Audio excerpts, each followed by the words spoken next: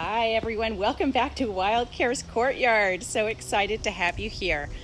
We, of course, are meeting our ambassador animals and also some wildlife hospital patients. And today we have a very special visit with one of my very, very favorite wildlife ambassadors, Kele, the American Kestrel. Melissa, take it away. Okay, so the American Kestrel is the smallest falcon in North America.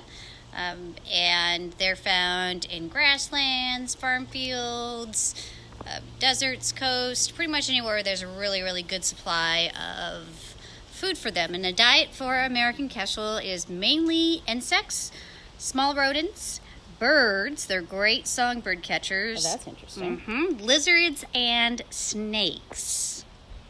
So this little guy will catch a snake? Yes, he will. They love little garter snakes. Really? Interesting. Yes, and so the reason that Kele is with us is because he was found in 2011 hanging out with people at picnic benches, and that is very unusual for any sort of raptor to hang around too long with humans. What they think is probably he was raised by a human and either released back in the wild or escaped. So Fish and Wildlife picked him up, and he is staying with us because he is too used to humans. So he is 9 years old, which is very old for a kestrel. They don't do too well in the wild, just a few years.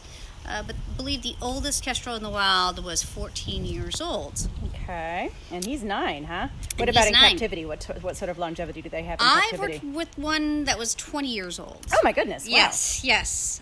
But they do get the same problems raptors do as they age, as humans do, arthritis and so forth. Sure.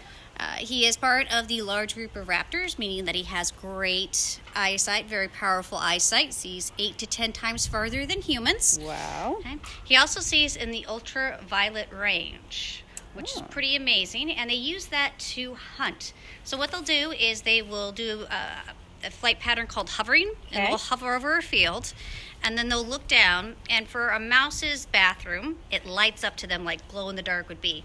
So all they need to do is hover around and follow the trail. Of the rodent's urine. Yeah. And that shows up in ultraviolet. Yes.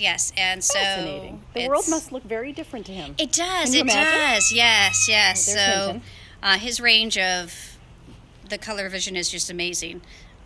But yeah, it's like the most disgusting treasure map ever is what he uses when he hunts. That's how I explain it to the kids. I would assume that the brightness would depend on how fresh it is, right? So you can tell that the rodent just passed. Right. Wow. Has a hooked beak. Yeah. But falcons have another adaptation on this hooked beak. It's kind of hard to see on this small little guy. We'll see it more when we look at the peregrine. But you'll notice that at the end of that hooked beak, there he goes. Thank you. There's a little notch. It's called a toenail tooth. And what they'll do is when they grab onto, let's say, a bird, they take that little toenail tooth, they hook it underneath the neck, and they're able to rip off the head. Whoa. Or mouse. Wow. Yeah, pretty amazing. He looks so sort of calm and harmless, and then you realize that that's his hunting method. Raptors really are amazing. Yes, it's actually, I've worked with several raptors, and actually the tinier they are, the more feisty they are. Okay. So in his mind, he's an eagle, but trapped in a tiny little kestrel body. Feel like he's an eagle? Yeah, he's got definitely big personality. Sorry, focus here, sorry. Yeah. And like all falcons, they have this dark stripe underneath their eyes called a malar stripe. We see it on cheetahs. Okay? You also see it on athletic players, like football players, baseball players. You see the black grease in their eyes. Sure. And what that does is it keeps the sun out of their eyes. So when this kestrel would be hunting a songbird, the first thing they're going to do is try to go up into the sun to blind that falcon. It's not going to work. Fascinating. I'm sorry, my focus keeps kind of going in and out here, so I apologize to everyone. We'll back up a little bit and then give it a chance to go back in again. Now, I know that we talked last time about the difference between the males and the females being size, but there's always an exception in nature, and Kestrel is the exception. We know that he is a male because he has different markings. Oh, he does, indeed. Yeah, the females have a lot more cinnamon and brown on them, right? Yeah, and they lack the blue right here, too. And if we turn them around... Show us the blue here, Kele. Oh, there we go. And if you look at the tail here, you'll notice that there's just one dark black band. Females don't have that. They have several little bands up the tail there. Oh, interesting. And like all falcons, they have this really long tail, and what that helps is for maneuverability. And so show me his profile again. Kind of tip him back. There we go. Oh, yeah, look at that long tail. So that gives him a lot of maneuverability. I guess if you're chasing and hunting songbirds, you probably need a pretty darn agile flight pattern. You do. And when the military goes to look for designs for their new fighter jets, they're looking at the falcons and the exhibitors and goshawks. That makes perfect sense. To see how they're designed. Yeah. One of my favorite stories about Kele here is that he has been an excellent foster care dad for a number of young baby orphaned kestrels that we've gotten into the wildlife hospital. When we got an orphaned kestrel, and they're very challenging to care for. We can talk to medical staff at some point here about how challenging falcons tend to be in care. And so we got a baby kestrel, and we're very worried about whether or not he would be able to survive. And so we wanted to find him a foster care situation. Kele, based on his behavior and everything we know about him, clearly had been raised by humans. So we didn't have any idea if he would know how to be a kestrel. But both the male and the female kestrels serve the duties of parenting and feed the baby. And so we went through a phase of introducing the young one, to Kele through the window, and then through having the baby in the enclosure with him, but in a cage. And he showed nothing but nice curiosity, interest in the baby. And so we finally went ahead and opened up the possibility for him to actually interact with the baby. And we put a little camera in there, and it was amazing. He was a wonderful dad. He's done that 3 or 4 or 5 times at this point, and he is so attentive, and he takes such good care of the babies in his care and feeds them little morsels. I will, in the comments, put the link to that story. It was an old one from several years ago that shows the video of the baby being fed by Papa Kele here. But I just think he's such a cool guy, and the fact that he was able to do that as part of the rehabilitation for that baby kestrel, who then ultimately was released and is now surviving in the wild, is such a cool thing about this particular ambassador.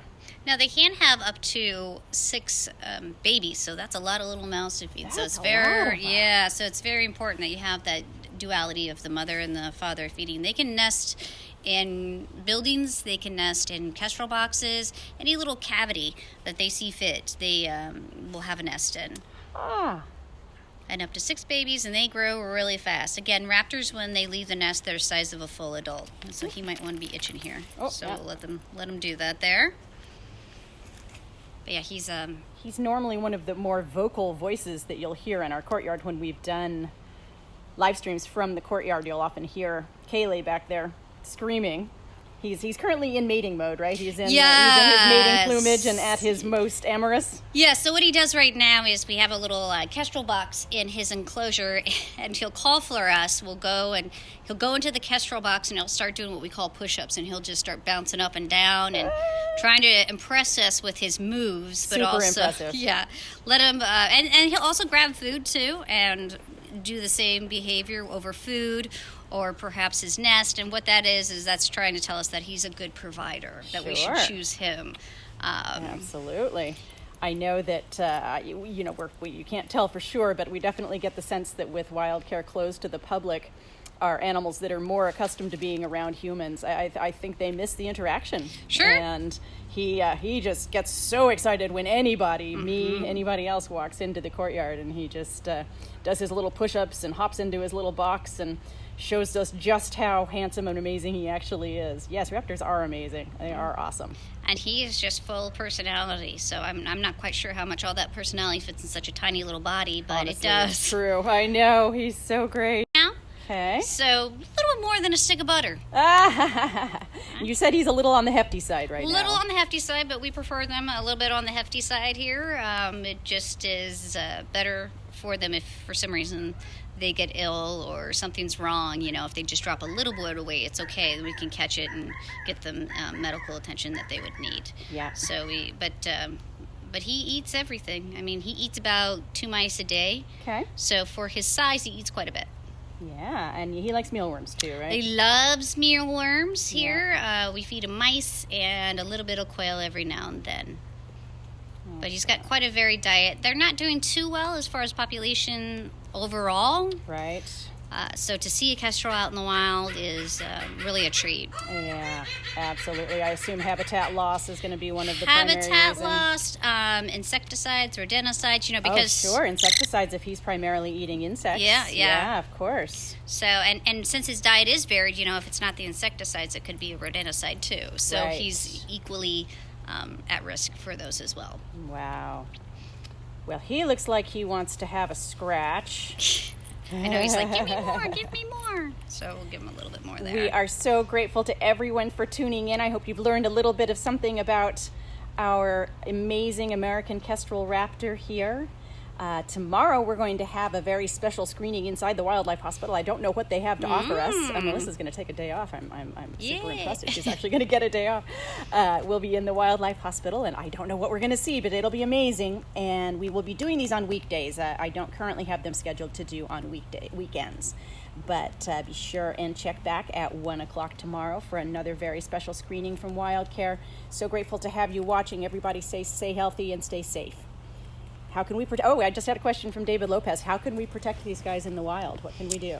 Oh, well, you can always advocate for not using rodenticides or insecticides, or you can advocate for more of a natural rodent control like barn owls. We actually have a service here, a Hungry Owl Project, that will come in and install owl boxes, and those barn owls will take a majority of that population down for the rodents if they're overrunning, let's say, a farm or a winery. And you have a rodent problem there. So anything that's a natural deterrent is what you can advocate for. Yeah, and also not using rat poisons yourself. Hopefully all of our viewers know not to use rat poisons, but also using insecticides. I mean, you don't think about the impact on wild animals of using just your basic, insecticide. Oh, I don't want the aphids on my roses or whatever. So you're introducing poisons into the environment whenever you do that, and you want to avoid that as much as possible because it does affect everyone up and down the food chain. I know, Vladimir in the background.